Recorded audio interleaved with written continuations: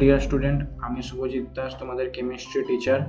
আজকে যেটা নিয়ে আসছে সেটা হচ্ছে তোমাদের পুরোপুরি রাসায়নিক গণনার লাস্ট বা অন্তিম পর্ব। এখানে তোমাদের এটা পর্ব নাম্বার 3 বা অন্তিম পর্ব তোমরা বলতে পারো। আমরা আগের দুটো সেশনে বা আগের দুটো পর্বে কী পড়েছি, এই 1 নম্বর থেকে 8 নম্বর অবধি, মানে রাসায়নিক বিক্রিয়া থেকে বাষ্প ঘনত্ব ও আণবিক ভরের মধ্যে সম্পর্ক, এটা তোমাদের পুরো বুঝিয়ে দিয়েছি। আজকে শেষ দুটো জিনিস পড়াবো, শেষ দুটো টপিক পড়াবো, যেটা খুব ইম্পর্টেন্ট, পরীক্ষার জন্য ইম্পর্টেন্ট। কারণ বাকিগুলো থেকে হয়তো শর্ট নাম্বার আসতে পারে, কিন্তু এইগুলো থেকে অনেক বড় বড় কোশ্চেন আসতে পারে। 3-4 নাম্বারগুলো হাই স্কোরিং জোন এটা খুব। তো আমি জানি যে তোমরা যেহেতু এটাতে অনেক অঙ্ক টঙ্ক হয়তো অনেকে স্কিপ করে যাও, কিন্তু এই ভুলটা কখনো করবে না। কারণ এই অঙ্কই একমাত্র জিনিস যেগুলো কিন্তু তোমাকে অনেক সেভ করে দিতে পারে, অনেক হাই স্কোরিং নাম্বার তুলতে পারে। তো এই জন্যই কিন্তু এই চ্যাপ্টারটা, এই অধ্যায়টা তোমরা কিন্তু কোনোভাবেই ছেড়ে যাবে না। এগুলো যে ছেড়ে যাবে সে কিন্তু বাকিদের তুলনায় অনেক পিছিয়ে পড়বে। তো চলো শুরু করা যাক। প্রথম যে কোশ্চেনটা আছে সেটা কি বলছে, 24 গ্রাম পটাশিয়াম ক্লোরাইড উত্তপ্ত করলে কত গ্রাম অক্সিজেন পাওয়া যাবে? 24 গ্রাম পটাশিয়াম ক্লোরাইড উত্তপ্ত করলে কত গ্রাম অক্সিজেন পাওয়া যাবে? তো প্রথমেই আগে দেখে নিই, তার মধ্যে কিছু মান দেওয়া আছে, যেমন পটাশিয়াম 39, ক্লোরিন 35.5, অক্সিজেন 16। বুঝতে পেরেছো? তো চলো অঙ্কটা করা যাক। অঙ্কটা কিভাবে অ্যাপ্রোচ করতে হবে দেখো। প্রথমে কি বলেছে, পটাশিয়াম ক্লোরাইড উত্তপ্ত করলে কত গ্রাম অক্সিজেন পাওয়া যাবে। তোমাকে আগে বিক্রিয়াটা জানতে হবে যে কোন বিক্রিয়া থেকে আসবে। যেমন দেখো, পটাশিয়াম ক্লোরাইডের কি সংকেত, KClO3 হচ্ছে পটাশিয়াম ক্লোরাইড।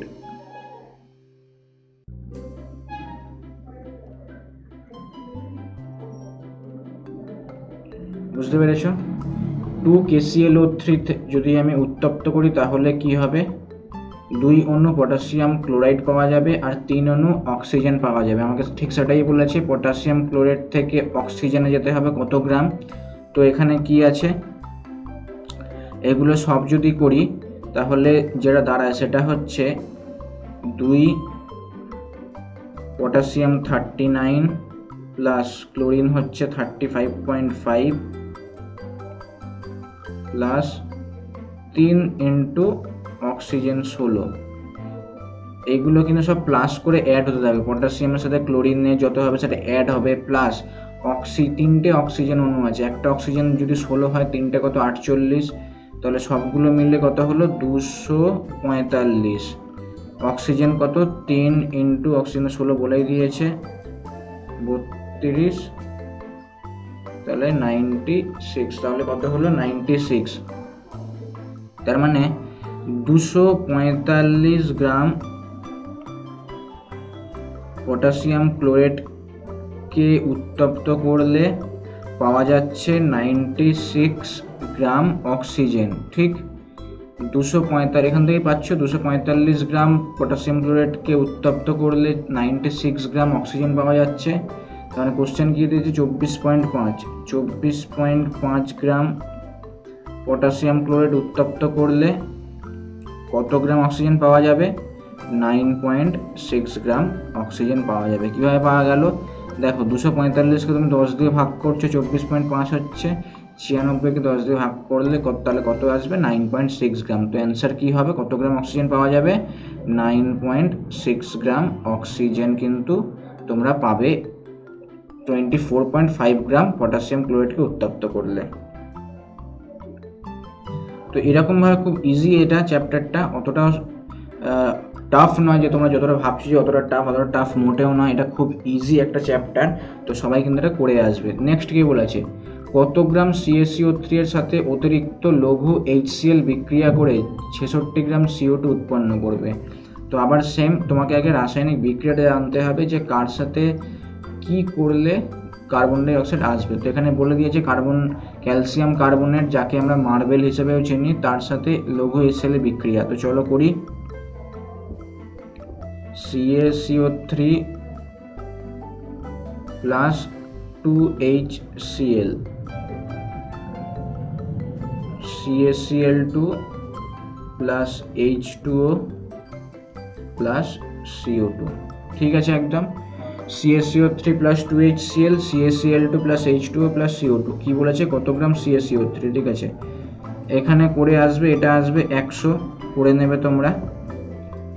HCl কত সাথে অতিরিক্ত লঘু HCl এর বিক্রিয়া 66 গ্রাম, আচ্ছা 66 গ্রাম CO2, মানে ক্যালসিয়াম কত, কার্বন কত, কার্বন 12 প্লাস অক্সিজেন কত 16, তাহলে কত আসছে এটা 44, ঠিক আছে। তো 100 গ্রাম CaCO3 থেকে 100 গ্রাম CaCO3 এর সাথে অতিরিক্ত লঘু HCl এর বিক্রিয়ায় 44 গ্রাম তোমার কার্বন ডাই অক্সাইড উৎপন্ন হচ্ছে। আচ্ছা আমি এটা উল্টোভাবে লিখছি, তাহলে সুবিধা হবে। একটু উল্টোভাবে লিখে নিই, তাহলে সুবিধা হবে অ্যান্সারটা করতে। 44 গ্রাম কার্বন ডাই অক্সাইড উৎপন্ন হয় কখন, যখন 100 গ্রাম ক্যালসিয়াম কার্বনেটকে HCl এর সাথে বিক্রিয়া করানো হয়, ঠিক। তাহলে কি বলেছি, 66 গ্রাম কার্বন ডাই অক্সাইড কখন উৎপন্ন হবে, তাহলে সোজা কথায় ঐকিক নিয়ম ফলো করবে। 100 ডিভাইড বাই 44 ইন্টু 66, ঠিক। 22 দিয়ে কাটো 2, 22 দিয়ে কাটো 3, 2 দিয়ে এটা কাটো 50, মানে হচ্ছে 150 গ্রাম, ঠিক। তার মানে কত গ্রাম CaCO3 এর সাথে, তার মানে 150 গ্রাম CaCO3 এর সাথে অতিরিক্ত লঘু HCl এর বিক্রিয়া করলে কিন্তু 66 গ্রাম কার্বন ডাই অক্সাইড উৎপন্ন হবে, বুঝতে পারলে। নেক্সট চলো, নেক্সট হচ্ছে তোমাদের 10 গ্রাম ক্যালসিয়াম কার্বনেট খোলা জায়গায় তীব্র উত্তপ্ত করলে ওজনের কি পরিমাণ হ্রাস ঘটবে। ক্যালসিয়াম কার্বনেট, আবার সেই একই জিনিস,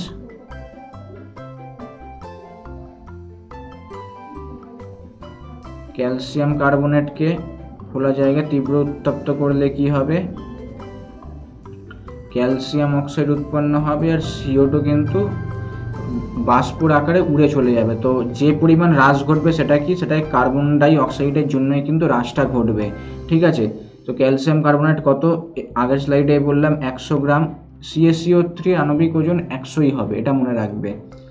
আর ওজনের কত ঘাটতি হবে, কার্বন আগেরটাই বললাম, CO2 কত হবে 44, ঠিক আছে। এটা খুব ইজি, তার মানে 100 গ্রাম ক্যালসিয়াম কার্বনেটকে তুমি যদি হিট করো তাহলে হ্রাস ঘটছে কত, 44 গ্রাম ওজনের হ্রাস ঘটছে, কারণ ওই 44 গ্রাম CO2 বাষ্পর আকারে উড়ে চলে যাচ্ছে। তাহলে এখানে কত আছে, 10 গ্রাম ক্যালসিয়াম কার্বনেট কে তোমরা যদি হিট করো তাহলে কি পরিমাণ ওজনের হ্রাস ঘটবে, 4.4 গ্রাম। এটাও খুব ইজি, কারণ এটা 10 দিয়ে জাস্ট ভাগ করে দাও তাহলেই হয়ে যাবে। এগুলো সেই জন্য বলছি খুব ইজি, এগুলো কিন্তু তোমার ভয়ের কোনো কারণ নেই, তোমরা শুধু জাস্ট একটুখানি দেখলেই কিন্তু তোমাদের সব হয়ে যাবে যে কখন থেকে কি করা যায়। তোমরা এই জন্য ভয় পাও যে এগুলো খুব তোমাদের ম্যাথসের রিলেটেড কোশ্চেন বলে, কিন্তু ওগুলো এমনও নয় যে অনেক কিছু চাপের ব্যাপার, বুঝতে পারলে। এগুলো খুব ইজি ব্যাপার আছে।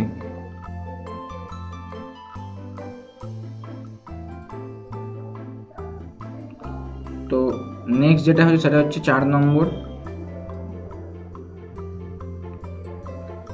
হ্যাঁ, তো 4 নম্বরে কি আছে দেখো, 12.25 গ্রাম পটাশিয়াম ক্লোরাইড বিয়োজনের ফলে যে পরিমাণ অক্সিজেন পাওয়া যায় তার সঙ্গে বিক্রিয়া ঘটানোর জন্য প্রয়োজনীয় হাইড্রোজেন কত পরিমাণ জিঙ্কের সঙ্গে লঘু HCl এর বিক্রিয়ায় প্রস্তুত করা যাবে।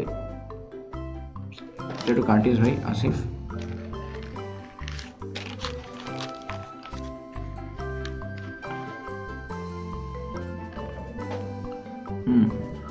12.25 গ্রাম পটাশিয়াম ক্লোরাইড বিয়োজনের ফলে যে পরিমাণ অক্সিজেন পাওয়া যায় তার সঙ্গে বিক্রিয়া ঘটানোর জন্য প্রয়োজনীয় হাইড্রোজেন। আচ্ছা, প্রথমে তোমাদের দেখি পটাশিয়াম ক্লোরাইড লিখে নিই। Potassium chloride KClO3,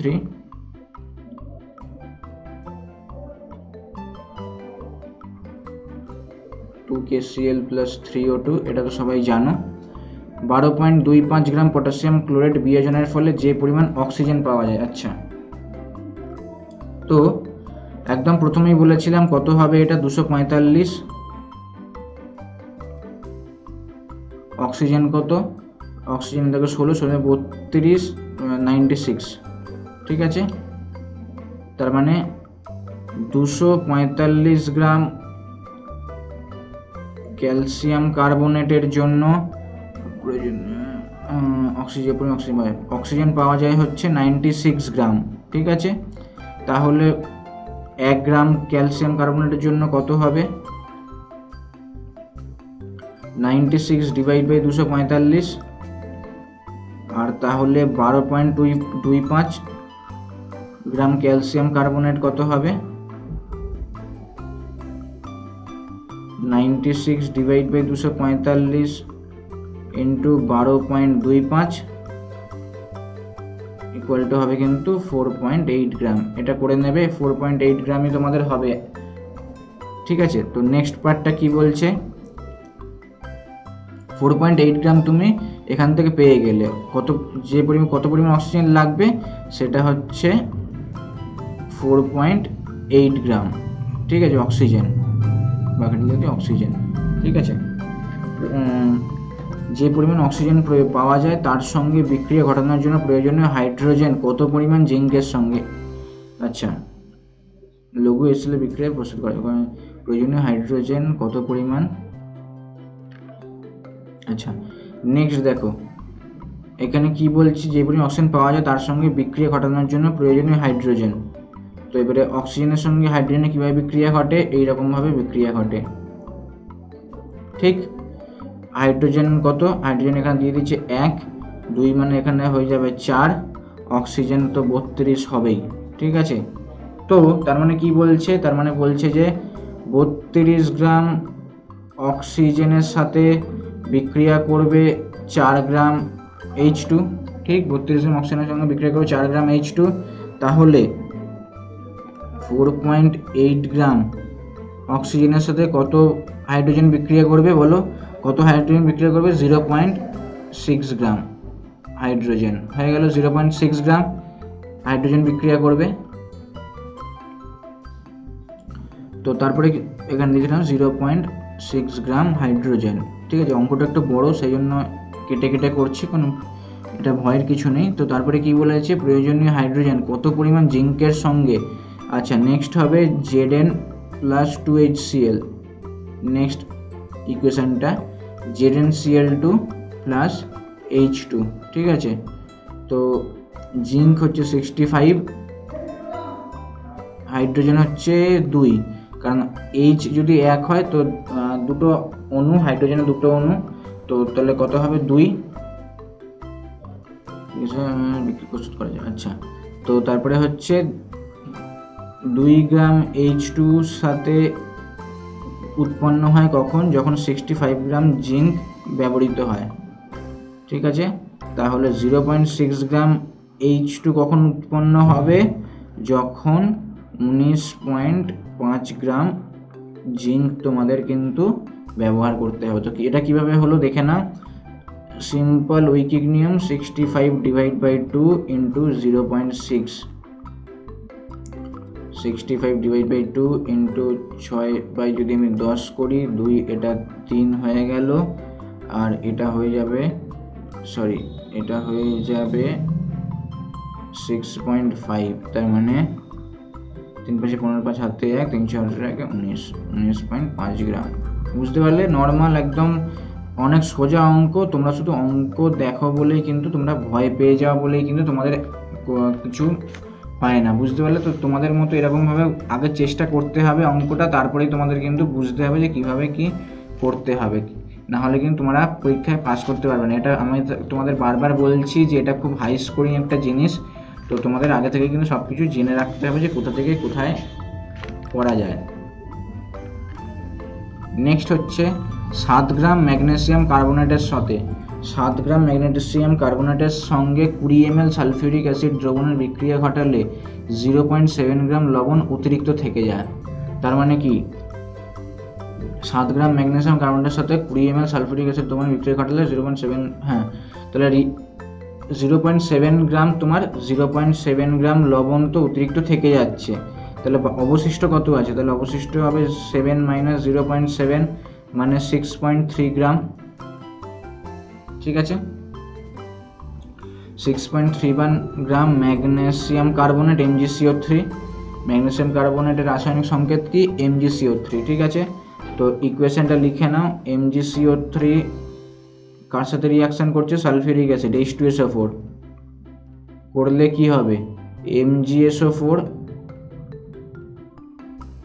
plus CO2 plus H2O। ঠিক, এটা এবারে কি বলেছে? তো MgCO3 কত হবে? 84, সালফিউরিক অ্যাসিডের শতকরা, আচ্ছা সালফিউরিক অ্যাসিড হচ্ছে 98। ঠিক আছে, বুঝতে পারলে? ঠিক আছে, ঠিক আছে, এরকম ভাবে হয়ে যাবে। 84 গ্রাম ম্যাগনেসিয়াম কার্বনেট রিয়াকশন করে 98 গ্রাম হাইড্রোজেন সালফিউরিক অ্যাসিডের সাথে, তাহলে 6.3 গ্রাম ম্যাগনেসিয়াম কার্বনেট রিয়াকশন করবে 7.35 গ্রাম সালফিউরিক অ্যাসিডের সাথে। ঠিক, 7.34 গ্রাম সালফিউরিক অ্যাসিডের সাথে।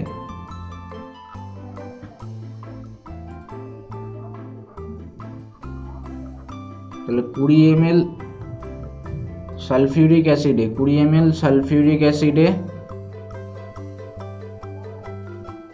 20 ml সালফিউরিক অ্যাসিডে H2SO4 কত আছে? 7.35 গ্রাম। ঠিক, তাহলে 1 ml এ কত আছে?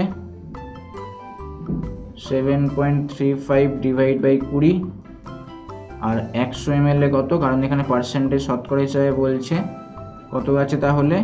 এটা ইন্টু 100, 5 করে নাও। অ্যান্সারটা হবে তোমাদের 36.75%। শতকরা কত মাত্রা? 36.75 গ্রাম। বুঝতে পারলে? তো এবার হচ্ছে 6 নম্বরে কি বলছে? বাণিজ্যিক জিঙ্কে 35% অশুদ্ধি আছে। 35% অশুদ্ধি আছে। যদি 35% অশুদ্ধি থাকে তাহলে পিওর জিঙ্ক কত? পিওর বা শুদ্ধ জিঙ্ক কত? বাকিটা 65%। ঠিক আছে, 65% আছে। তার মানে হচ্ছে 100 গ্রাম নমুনায় 100 গ্রাম নমুনায় শুদ্ধ জিঙ্ক আছে 65 গ্রাম। ঠিক আছে, তাহলে 50 গ্রামের নমুনায় কত আছে? ঠিক হাফ হবে। হাফ কত? 32.5 গ্রাম। এগুলো আমার মনে আছে বলে করে নিচ্ছি, তোমরা হাতে কলমে সব পর্যন্ত করে নেবে। 32.5 গ্রাম। তো নেক্সট কি? জিঙ্কের সাথে কার রিয়াকশন হচ্ছে? H2SO4 এর রিয়াকশন হচ্ছে। তো কি কি তৈরি হবে? ZnSO4 আর H2, ZnSO4 আর H2, একদম ঠিক বলছি। জিঙ্কের কত? 65, আর হাইড্রোজেন তো 2। ঠিক আছে, হাইড্রোজেন উৎপন্ন, হ্যাঁ। তো 65 গ্রাম জিঙ্কের জন্য হাইড্রোজেন উৎপন্ন হয় 2 গ্রাম হাইড্রোজেন, তাহলে 32.5 গ্রাম জিঙ্কের জন্য কত হবে? 1 গ্রাম হাইড্রোজেন। ঠিক আছে, তার মানে কি পরিমাণ হাইড্রোজেন উৎপন্ন হবে? সেটা হচ্ছে 1 গ্রাম হাইড্রোজেন কিন্তু উৎপন্ন হবে, 1 গ্রাম হাইড্রোজেন। বুঝতে পারলে জিনিসটা?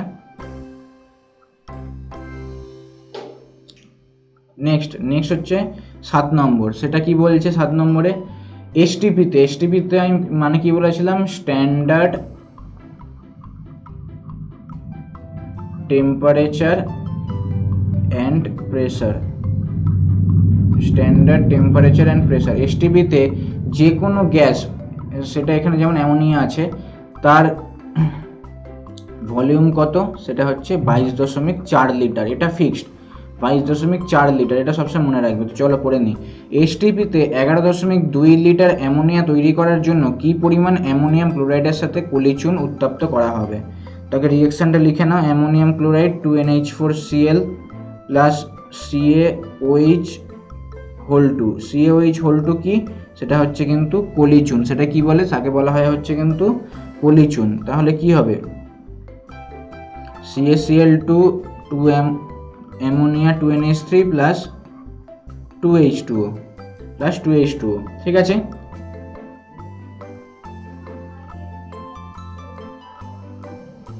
অ্যামোনিয়াম ক্লোরাইড কত? 53.5। আর তোমাদের এখানে কি বলেছে? অ্যামোনিয়া। তো অ্যামোনিয়া এসটিপিতে কত হবে? 22.4। অ্যামোনিয়ার এসটিপিতে 22.4 লিটার, যেহেতু 2 মোল অ্যামোনিয়া আছে তাহলে কত হবে? 2 × 22.4, এটাই স্বাভাবিক। তো কি, এটা খুব ইজি কোশ্চেন। 22.4 লিটার অ্যামোনিয়া তৈরি হয় কখন? যখন 53.5 গ্রাম অ্যামোনিয়াম ক্লোরাইডের জন্য। তাহলে কি হবে? 11.2 লিটার অ্যামোনিয়া কখন তৈরি হবে? ঠিক এর অর্ধেকটা, মানে 26.75 গ্রাম অ্যামোনিয়াম ক্লোরাইড উত্তপ্ত করলে হবে। ঠিক আছে, এটাই খুব ইজি। এটা সবসময় মনে রাখবে, যখনই এসটিপি বলবে তখন যে কোনো গ্যাসের আয়তনই হবে 22.4 লিটার। এই 22.4 লিটারটা কি? এই 22.4 লিটার আয়তনে যে কোনো গ্যাসের মধ্যে অণু পরমাণুর সংখ্যা কিন্তু অ্যাভোগাড্রো নাম্বার হবে, মানে 6.023 × 10⁻23 নাম্বারস অফ পরমাণু বা অণু থাকবে। এটা কিন্তু তোমাদের মাথায় রাখতে হবে। নেক্সট কি? নেক্সট হচ্ছে 8 নম্বর কোশ্চেন। 8 নম্বর কোশ্চেনটা খুব মনোযোগ সহকারে পড়বে। 8.8 গ্রাম ফেরাস সালফাইড বলেছে, মানে FeS, ফেরাস সালফাইড। এর সঙ্গে অতিরিক্ত পরিমাণ লঘু সালফিউরিক অ্যাসিডের কিন্তু বিক্রিয়া হচ্ছে। ঠিক আছে, তাহলে কি তৈরি হবে? FeSO4 plus H2S। তোমাদের এইসব ইকুয়েশনগুলো কিন্তু মনে রাখতে হবে। তো 1 মোল ফেরাস সালফাইড মানে কত? 56 আর 32 মানে হচ্ছে 88 গ্রাম FeS। ঠিক আছে, 88 গ্রাম FeS। তো আমি যদি উল্টো করে লিখি, 88 গ্রাম ফেরাস সালফাইড মানে হচ্ছে 1 মোল। ঠিক, তাহলে 8.8 গ্রাম ফেরাস সালফাইড মানে কত হবে? 0.1 মোল। ঠিক, একদম 0.1 মোল।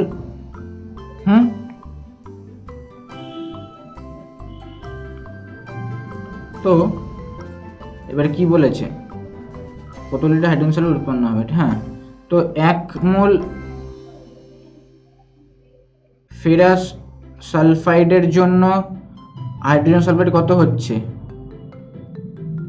হাইড্রোজেন সালফাইড হচ্ছে 22.4 লিটার। ঠিক, 1 মোল ফেরাস সালফাইডের জন্য উৎপন্ন হয় 22.4 লিটার হাইড্রোজেন সালফাইড। তাহলে 0.1 মোল ফেরাস সালফাইড যদি থাকে তাহলে কত হবে? 2.24 লিটার হাইড্রোজেন সালফাইড। খুব ইজি। এটা এইসবগুলো তোমাদের করতে সব ইজি হয়ে যাবে, এগুলো এমন কিছুও নেই। এটা হচ্ছে লাস্ট কোশ্চেন। দেখি এরপরে কোনো কোশ্চেন আসে কি না। এরপরে অন্য কিছু। হ্যাঁ, তো 9 নম্বর কি আছে? 32.5 গ্রাম দস্তার সঙ্গে, দস্তা মানে হচ্ছে জিঙ্কের সঙ্গে লঘু সালফিউরিক অ্যাসিডের বিক্রিয়া করলে যে হাইড্রোজেন গ্যাস উৎপন্ন হয় এসটিপিতে তার আয়তন কত? ঠিক আছে, জিঙ্ক কত? 65 গ্রাম। জিঙ্ক হচ্ছে 65 গ্রাম। আর এসটিপিতে হাইড্রোজেন কত? 22.4 লিটার। তো 65 গ্রাম জিঙ্কের জন্য তৈরি হচ্ছে 22.4 লিটার হাইড্রোজেন গ্যাস। তাহলে 32.5 মানে কি? ঠিক 65-এর হাফ। 32.5 গ্রাম জিঙ্কের জন্য কত তৈরি হবে? 11.2 লিটার H2। হাইড্রোজেন গ্যাস তৈরি হবে। তো এইগুলো খুব ইজি কোশ্চেন, এইগুলো কয়েকটা আমি তুলে দিয়েছিলাম যেগুলো খুব ইজি কোশ্চেন, তোমরা ভয় পাওয়ার কিছু নেই। ম্যাথ অতটাও কঠিন নয় যতটা তোমরা মনে করো, পড়লেই পারবে সব। নেক্সট কি কিছু গুরুত্বপূর্ণ সমীকরণ আছে, এগুলো কিন্তু তোমাদের মনে রাখতে হবে। KNO3 potassium nitrate, 2KNO3 is equal to 2KNO2 plus O2 oxygen, ঠিক আছে। 2KClO3 পটাশিয়াম ক্লোরাইড কি হবে 2KCl প্লাস 3O2, ঠিক আছে। ক্যালসিয়াম কার্বনেটের সাথে যদি হাইড্রোক্লোরিক অ্যাসিড অতিরিক্ত পরিমাণ হাইড্রোজেন ক্লোরাইডের রিয়াকশান করা হয় তাহলে কি হবে, ক্যালসিয়াম ক্লোরাইড হবে, কার্বন ডাই অক্সাইড উৎপন্ন হবে আর জল উৎপন্ন হবে। জিঙ্ক বা দস্তার সাথে যদি এক্সেস বা অতিরিক্ত পরিমাণ হাইড্রোক্লোরিক অ্যাসিডের বিক্রিয়া হয় তাহলে কি হবে, জিঙ্ক ক্লোরাইড আর হাইড্রোজেন উৎপন্ন হবে। জল কিভাবে উৎপন্ন হয়, 2 মোল হাইড্রোজেনের সাথে 1 মোল অক্সিজেনের বিক্রিয়ায় কিন্তু 2 অণু জলের উৎপন্ন হয়। নেক্সট কি ফেরাস সালফাইড, একটু আগে তোমাদের একটা অঙ্ক করালাম, ফেরাস সালফাইডের সঙ্গে যদি সালফিউরিক অ্যাসিডের রিয়াকশান হয় তাহলে কি হবে, ফেরাস সালফেট আর হাইড্রোজেন সালফেট উৎপন্ন হয়। CuO কপার অক্সাইড, এর সাথে যদি হাইড্রোজেনের বিক্রিয়া হয় তাহলে কি হবে, ইন্টারচেঞ্জ হবে, শুধু কপার থাকবে আর জল উৎপন্ন হবে, কারণ কপারের সাথে অক্সিজেনের সাথে কপারের যে বাইন্ডিং তার বন্ধন তার তুলনায় কিন্তু হাইড্রোজেনের প্রতি তার আসক্তি অনেক বেশি, সেই জন্য কপার অক্সাইডের সঙ্গে অক্সিজেনটা ছেড়ে গিয়ে হাইড্রোজেনের সঙ্গে সে যুক্ত হয়ে যায়, কারণ তার প্রতি হাইড্রোজেনের প্রতি আসক্তি অক্সিজেনের অনেক বেশি। Last but not the least, সেটা হচ্ছে 2HgO মানে মার্কিউরিক অক্সাইড, এটা কিন্তু ভেঙে গিয়ে কি হয়, মার্কারি আর অক্সিজেন তৈরি হয়, মার্কারি আর অক্সিজেন তৈরি হয়। এবারে নেক্সট হচ্ছে একটা তোমাদের প্রশ্ন আছে, যেটা প্রশ্নটা হচ্ছে যে কোনো রাসায়নিক বিক্রিয়ার পর ভর ও শক্তির মোট পরিমাণ কি হয়, সেটা কি বৃদ্ধি পায়, 2 নম্বর কি হ্রাস পায়, নাকি 3 নম্বর কোনো পরিবর্তন হয় না, অপরিবর্তনীয় থাকে।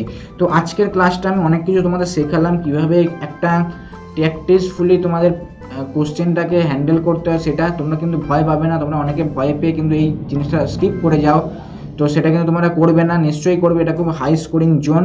তারপরে পড়ালাম কয়েকটা সমীকরণ, খুব ইম্পর্টেন্ট সমীকরণ, সেটাও পড়ালাম। আর লাস্টে তোমাদের কি বললাম, একটা কোশ্চেন দিয়েছি, প্রশ্ন দিয়েছি, যেখানে কি বলেছি যে কোনো রাসায়নিক বিক্রিয়ার পর ভর ও শক্তির মোট পরিমাণের কি রূপ পরিবর্তন হয়, সেটা কি বৃদ্ধি পায়, সেটা কি হ্রাস পায়, নাকি সেটার কোনো পরিবর্তন থাকে না, অপরিবর্তনীয় থাকে।